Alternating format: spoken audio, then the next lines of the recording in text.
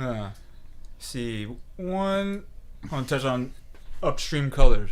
Yeah. Just because this, I mean, this is one of my favorite movies of all time. Really? It's not just like a great movie, but this is actually one of my favorite movies of all time. So Upstream Color was Shane. So the director Shane Carruth. If you ever, there's this movie called Primer that he did for like literally, I think he made it on for like $5,000, right? But it's maybe the most realistic time travel movie in my opinion. Like as far as these two guys. This movie? No, the first movie. The first movie, Primer, that made me key in on this guy, on this director. But Primer, so that's it's really good as far as the most realistic time travel movie I've seen, in what people like a couple guys figure something out might do and how they might monetize and just. We're gonna try and play the stock market every day. We're gonna know just enough information to go back in time, just enough to be able to make these trades, but do it in ways that don't stand out, and just that sort of thing. But so no, Upstream Color as follow up, which I would say this, if you're looking there, it's one of those kind of experience movies. Okay. To where there's like no linear narrative, there's no exposition explaining at all what you're seeing, right? Okay. But you're seeing. Let me read this, how this summarizes it. A man and woman are drawn together, entangled in the life cycle of an ageless organism. Identity becomes an illusion as they struggle to assemble the loose fragments of wrecked lives.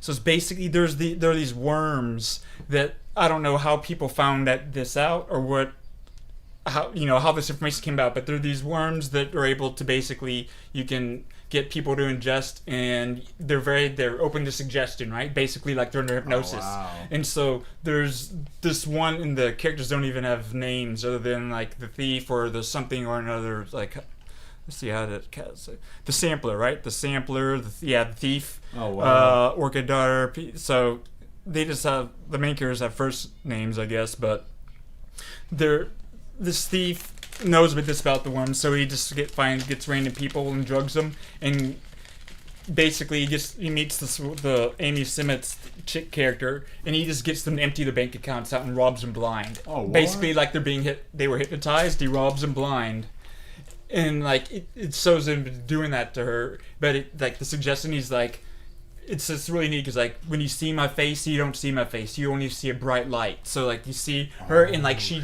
can't see his face. He's like, and he doesn't give her any food. He's like, this water isn't just normal water, it's special water. It gives you energy and makes you feel better than you've ever felt. But you can only have a sip when I tell you. And like in this crazy ways that he's controlling her while he's doing like robbing her blind.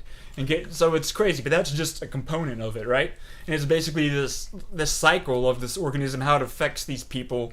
And then there's this sampler guy who's all about these people have these worms in them. They try and get them out, and I guess he draws them to them through sound somehow. I don't know. And he gets the worms out, and then he sticks them in pigs. Right? And then these people who have the worms in the pig that it's in, they're experiencing everything the pigs are, like emotionally, right? But they don't know what's going on. So like out of nowhere, like these pigs, like there's like the family pigs, these little pigs are getting like taken away from the parent pigs, and the parent pigs are freaking out, and like the lady is just somewhere in her own life, and she just starts getting like emotionally disturbed, like what's wrong, and like the guy is like the father pig, and he's like at his job, and he's like doing a presentation, and he starts freaking out and just like attacking people because he's feeling the emotions that these pigs are feeling. Wow. Because this worm so that's just kind of like a bit. That is a fucking. But that's just a bit of. Where do you find this shit? How you find this shit? And there's no explanation to any of this. You're just seeing these things unfold, and honestly, you have to piece together what it means or how it all comes together, because it's called Upstream Color, because in the cycle of the life of this worm, like this guy gets these pigs, and like these baby pigs that die for one reason or another, he just tosses them into this creek. And I guess since they were affected by the worm or something, their blood is a different color, and it goes upstream into these plants, and these plants that the blood whatever cause these flowers to have like an unnatural color, and that's where the worms like come out of. What? So that's like the cycle. And What the fuck? yeah, it's nuts, man. I feel like this guy right here has a lot to do with Jeff. Yeah, Does he have Shane anything Carruth, to and do with he's in Jeff? it, and he's the director. Fucking Jeff. And I've been waiting. You can't trust him. You can't trust anybody Yeah. named Jeff. I'll And tell you that much. There's, man, it breaks my heart because I know there's like other movie he was working on for a while, but I know that from what I've read, he's just like so disillusioned with the actual like trying to deal with Hollywood to get something like a project off the ground that's of like unique artistic integrity that he has to bring. Well, I still feel like I'd like to think he could somehow get another project funded. But Shane Carruth, I know he went to college and was like got a degree in mathematics and all, like so he was like a real sharp, smart guy, and he got into this filmmaking. That's like the whole time travel thing, as far as being mathematically sound as possible. Mm-hmm. I feel like it does the best job primer at presenting that.